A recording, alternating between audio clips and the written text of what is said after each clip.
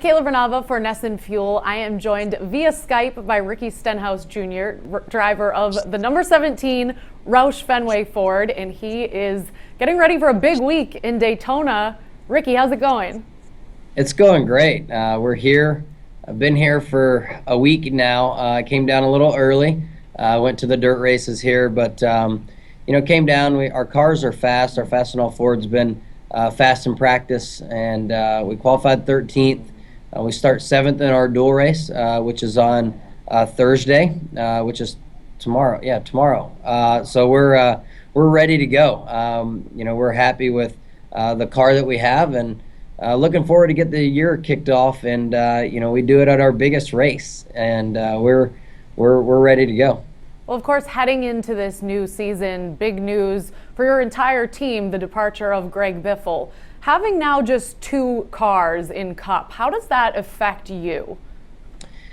Well, I feel like now that I'm the veteran of the team, I got to take a more leadership role and making sure that our cars are prepared right, make sure that we're working on the right things when we get back to the shop, giving the teams the right feedback. I think it can be a positive for us with only 2 cars, being able to implement new changes and things like that to 2 cars versus 3.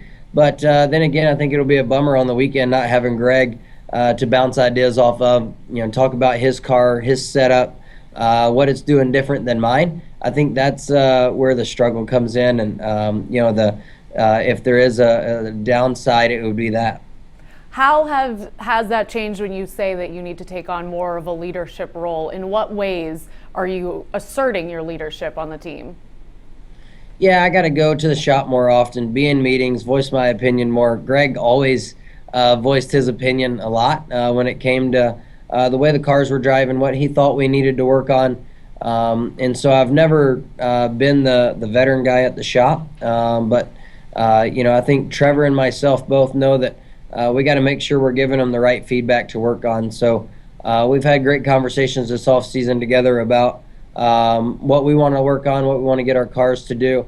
And then, just spending a lot of time in the shop this offseason with, the different managers that we've moved around of different departments, being in all our meetings, voicing our opinion and concerns on, the issues that they're being talked about in all of our meetings that we've had. So it's been a pretty productive off season as far as that goes. Just got to make sure that we keep that up.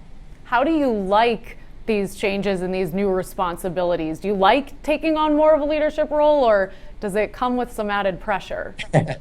There's definitely more work, but I'm looking forward to it. I think it's something that I think I can really help and benefit our team, especially since you're going to be complaining about the things that you want your car to do better. And I think Trevor and I drive similar, so I think that those changes will benefit being able to talk about what our cars are doing.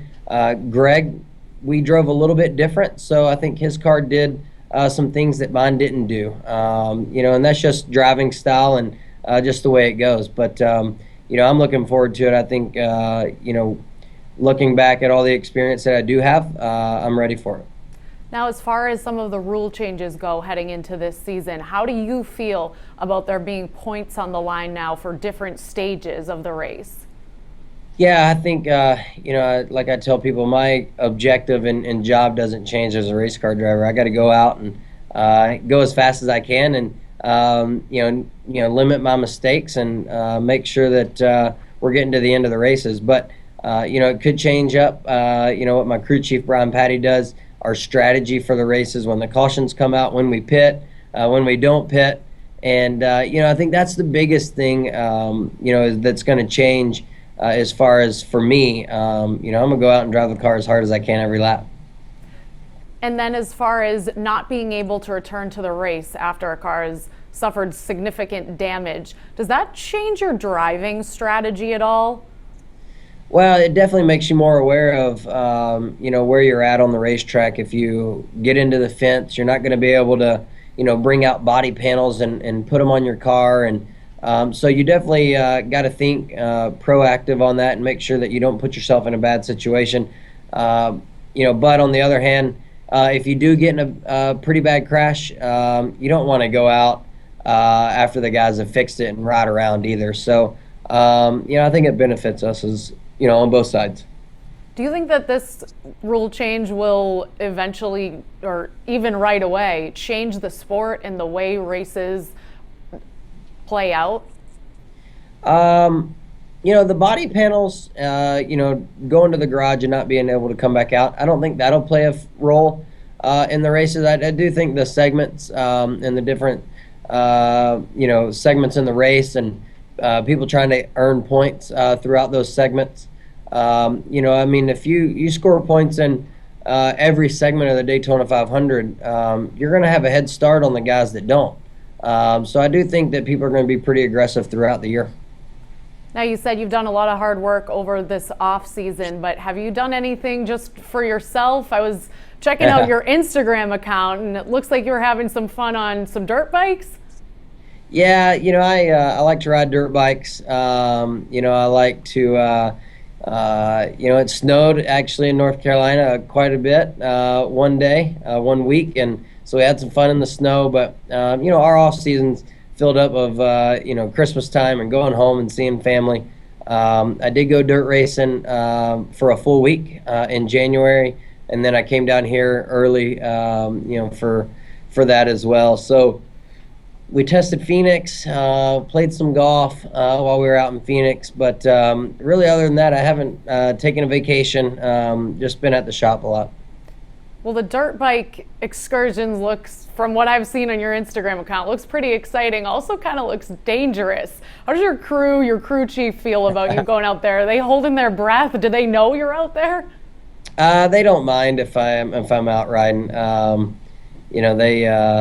It's something I've done since I was 4 years old, riding dirt bikes. And us drivers, there's things that we grew up doing, and there's things that we just have fun with. And riding dirt bikes is one of them. But I don't do it a whole lot. I try to keep it not normal. I try not to ride as much during the season, but try to keep it to the off season. Well, certainly looks like a lot of fun, and I'm guessing you're going to be trying to have a lot of fun on the track in Daytona. What's your strategy and your expectations going into this first race of the season? Our expectations are pretty high. I feel like our fast and all cars are really good here at Daytona. They've had some speed in qualifying, and we'll see how it goes tomorrow night. But come Sunday, I feel we know what we need in our race car to be fast. And I feel like we are ready to go. So we're going to be aggressive, try to earn points, and I'd like to get my first win here at Daytona. All right, Ricky. Well, best of luck to you. Thanks so much for talking with us. Thank you.